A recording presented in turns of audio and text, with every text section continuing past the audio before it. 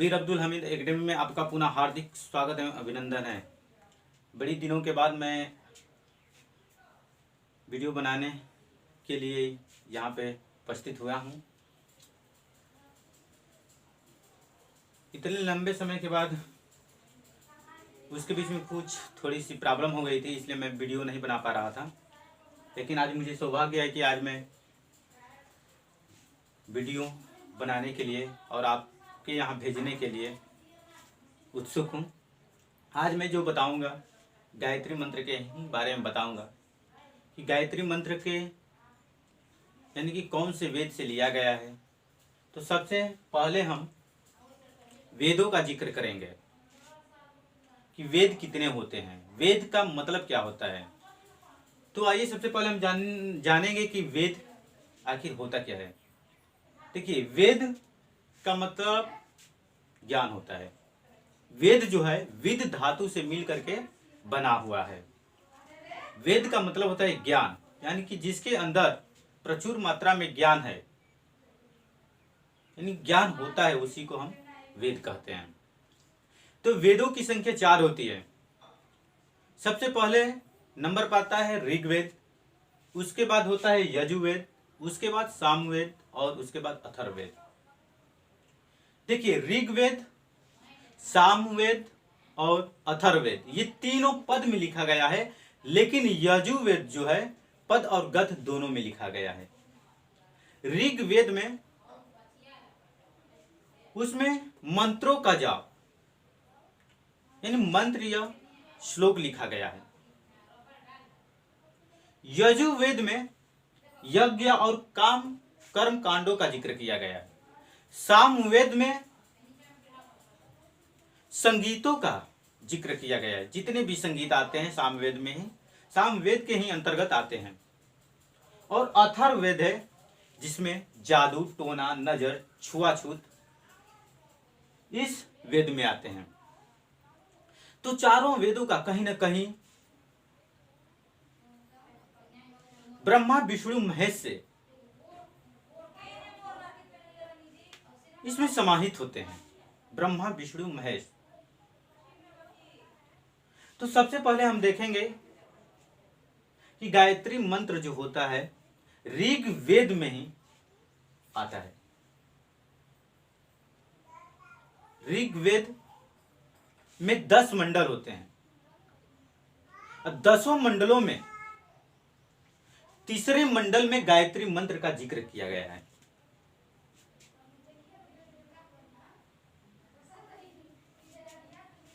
और गायत्री मंत्र के रचनाकार हमारे विश्वामित्र जी हैं। गायत्री मंत्र में सूर्य भगवान की उपासना की गई है, यानी ब्रह्मा, विष्णु, महेश ये तीनों इसमें सम्मिलित होते हैं। गायत्री मंत्र का उच्चारण करने से हमारे कष्ट दूर, मन की शांति, हमारे अंदर ऊर्जा आती है।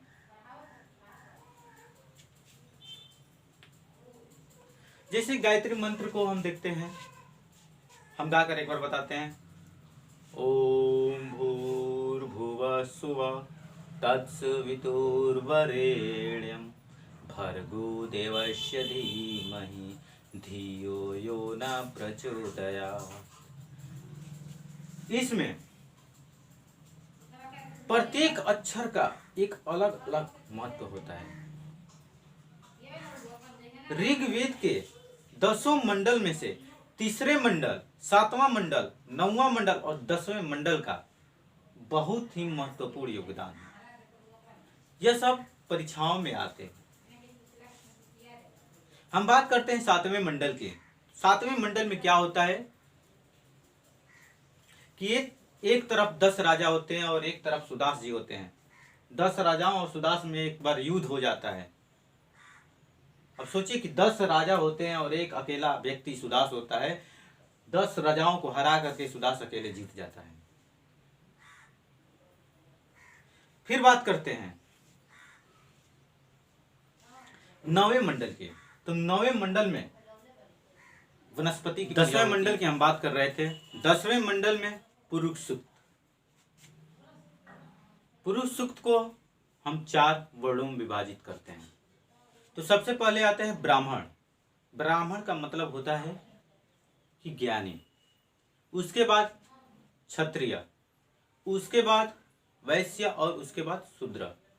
यानी कि हम चित्र के माध्यम से हम देखेंगे कि ब्राह्मण का जो आकार होता था ऐसा होता था, उसके बाद क्षत्रिय का जो आकार होता था ऐसे होता था, और वैश्य का आकार होता था जो पीठ के समान होता था, जो पीठ होता है उसके समान होता है, और शूद्र का जो चित्र होता है पैर के चित्र के अनुसार होता है।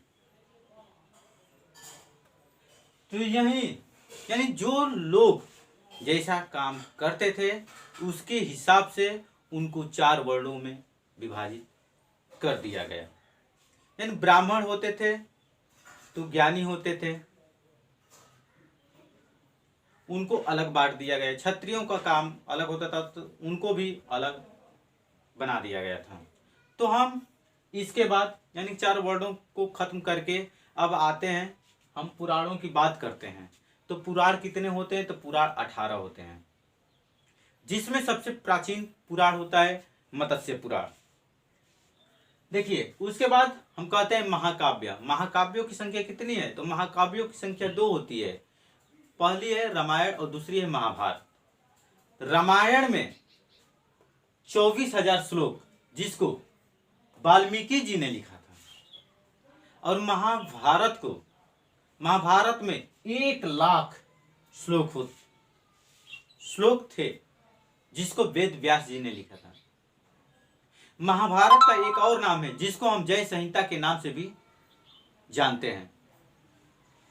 तो हाय दोस्तों, ये वीडियो आपको कैसी लगी कमेंट में अपनी राय जरूर दीजिएगा और लाइक शेयर जरूर कीजिएगा।